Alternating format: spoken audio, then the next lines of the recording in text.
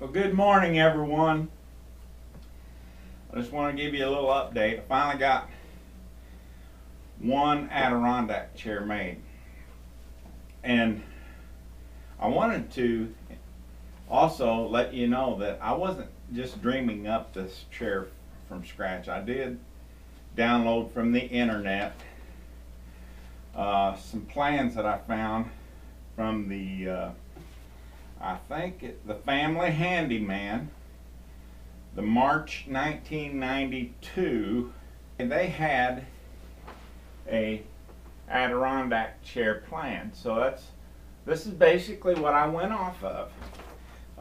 On this page here, they give you the 1-inch grid pattern, and what you do is you either take a piece of cardboard or a large piece of paper and put all these 1-inch grids on there, and then start making your contours much like I did here.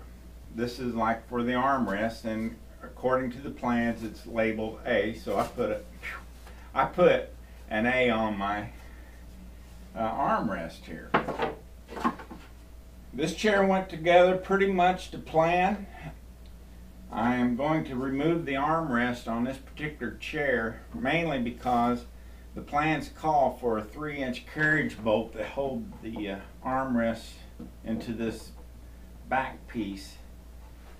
And so I bought the 3-inch carriage bolts, but I could just barely get the nut on. I took my compass and laid a mark 3/8 of an inch down through here, and then put a little radius down here at the bottom and kind of blended it in up here. So I'm going to take this template back out to my bandsaw, cut it down pretty close to the line, and then with my spindle sander get the edges smooth and the contour smooth as possible.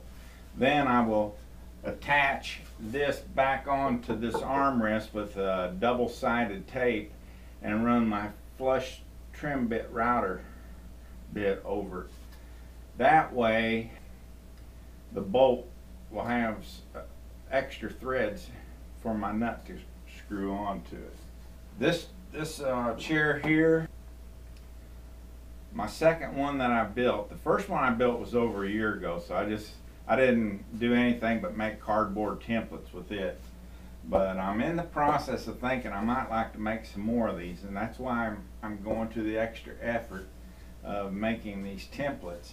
So as I built this chair, drilled the holes to attach all the hardware, I took it apart, laid that piece back on here, and right here I drilled 3 holes. So the next time when I lay this template down, I will flush trim it, and then while it's still stuck on there with the tape, take my drill and drill like the 3 holes that are required in that, and then a horizontal hole right here, which I have a dotted line for my 1/4-inch bolt that goes through the side of the armrest. I've got all of my templates. If I can get this around here without spilling my coffee.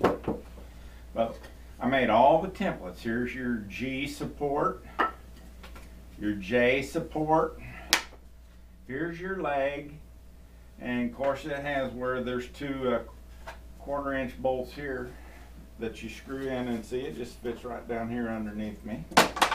One of the backrest with the holes, another backrest with the holes, and then the center backrest with the holes.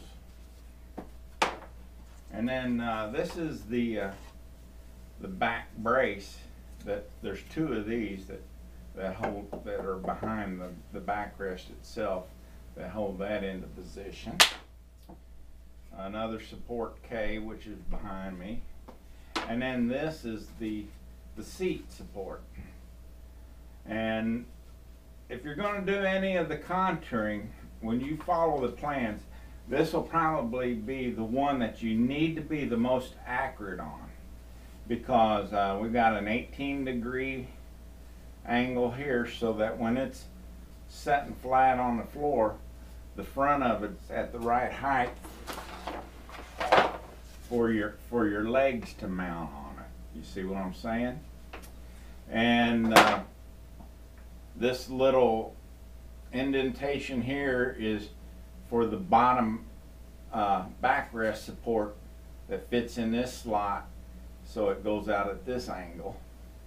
And then all of these, this is kind of a contoured seat, but it's kind of contoured in increments. So you got 2 1/4 or 2 1/2 inch wide boards here. So naturally you don't want to have a bend in the middle of your board, because you may tend to split your board. So it's kind of incremented, and it actually is a very comfortable chair. So if you plan on making one, go on the internet and look this up. It's a Family Handyman, March 1992. Woodworking Journal also has one that's very similar to this, and I looked at the plans with it compared to this. It's almost an identical chair, except their seat slats are narrower, which means you could have a more of a flowing contour on that type of seat.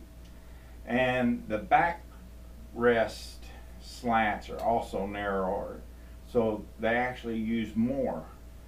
This one only uses 5, and I think the Woodworker's Journal uses 7 of them, if I recall. This is made out of pine pallet wood. If it was a different type of wood, I've had this apart twice in order to update my templates, and I hate to take it apart again just to paint it. So on this particular chair, I'm probably going to paint it as you see it right here, and on my 2 remaining, after I make some modifications on that armrest and change the rest of my armrest on my other 2 chairs, I'm going to paint those pieces with 1 coat of exterior white before I assemble the chair. Makes it easier because I'm going to have to, get into the cracks of the back here with a small brush. And if I could just go ahead and paint those before I assemble it, then when I get it assembled, all I have to do is maybe do a little touch-up painting on the surface, and I'll be done with it. So if you're not a subscriber, I would like to ask you to click that little subscribe button down there so that you can get all my latest videos that are on my channel. We'll see you next time.